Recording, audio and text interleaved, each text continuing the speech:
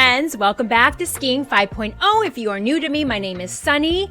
This weekend was all about growth, fun, and trying out. Check it out, my new little friends, the CARV 2 technology for the first time. I hit days 2, 3, and 4 at my home mountain, and I worked on my edge angles. And I even saw my max edge angle climb from a 32 degrees to a 35 degrees. I know, I'm just starting. So let's dive into the highlights, challenges, and lessons from the weekend. Sometimes it's hard to focus, just to persevere and just to make it, but everything that's within your grasp, you gotta take it, you gotta go harder, just dig deeper inside you to find that method, that mode that wants that hunger to survive, just to ride the grind, to take it the way you gotta take it and never stop.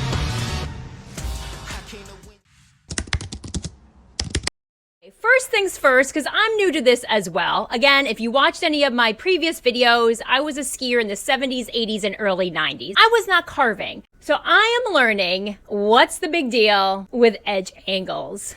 So in skiing, high edge angles allow you to carve cleaner, tighter turns while maintaining better control at speed. It's all about efficiency.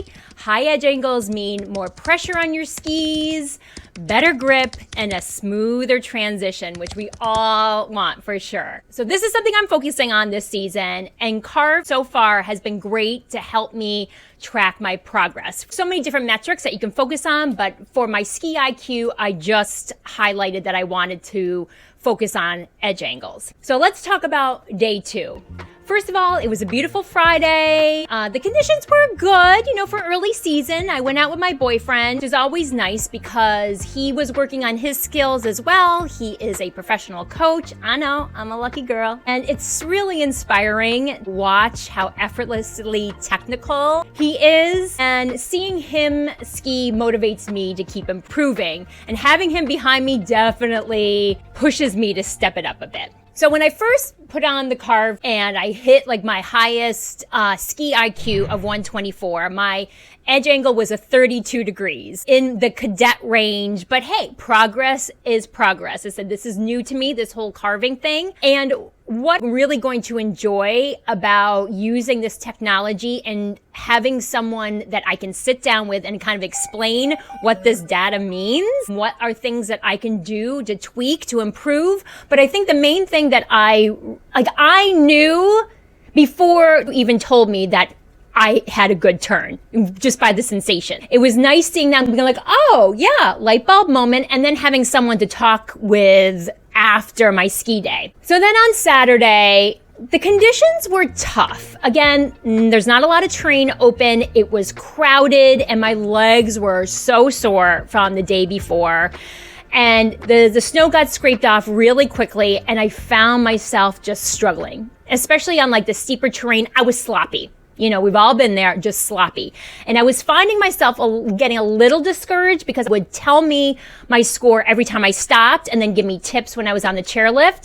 But I was starting to get discouraged because I'm like, I know that was a 112. I did that run pretty crappy there. Really wasn't focusing on my edge angles. I'm like, all right, I need to just think about my positioning. Like, where were my arms or my poles? Because I've always been a pole planter, but I'm doing more the flicking pole plant than plant and putting pressure on the front of my boots. And I'm definitely not where I was when I ended my ski season in Colorado, but it was a reminder that it was only day 3. I'm still getting my ski legs back and they were howling, and it's going to be hopefully a long and happy season. And sometimes the best move is to take a step back. So I called it a day after lunch. Day 3, done.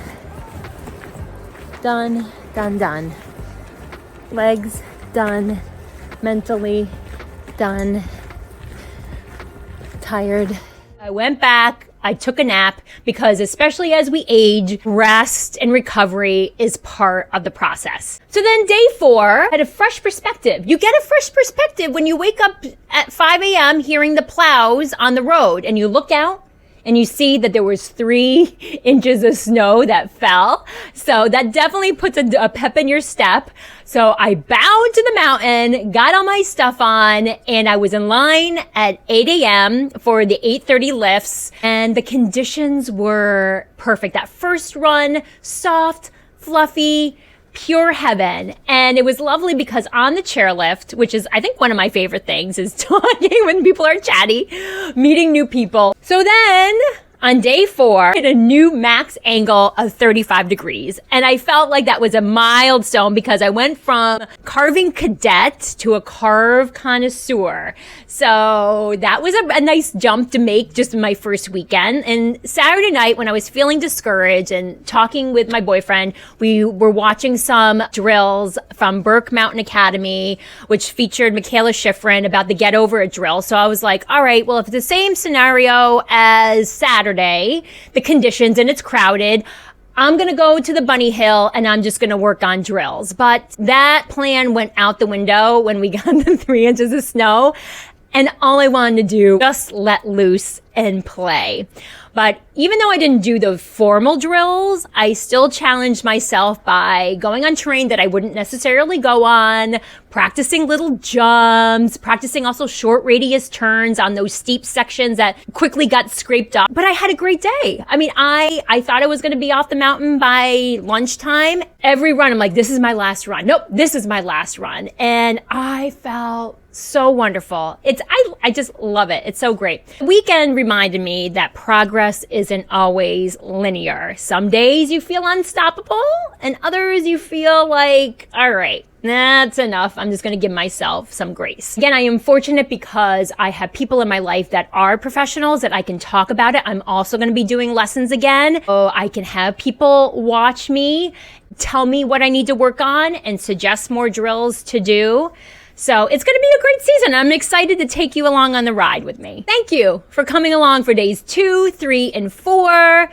From working on my edge angles to enjoying fresh snow. It was a weekend of learning and fun. I think Carve's going to be a great tool. I would like to know if any of you also have invested in this technology. I think it's going to be fun to watch my progress, and I'm definitely going to be talking a lot about it on my channel here. So tell me, what's your favorite drill or skill to work on? I would love to read in the comments. I know that this is a very baby new channel, but this is what I'm doing this for, is I want to connect with others like me who have the similar mindset and have virtual ski buddies. So I look forward to connecting with you, and please remember to like and subscribe because it will help this channel grow. I look forward to next weekend, and I will see you next week. Bye.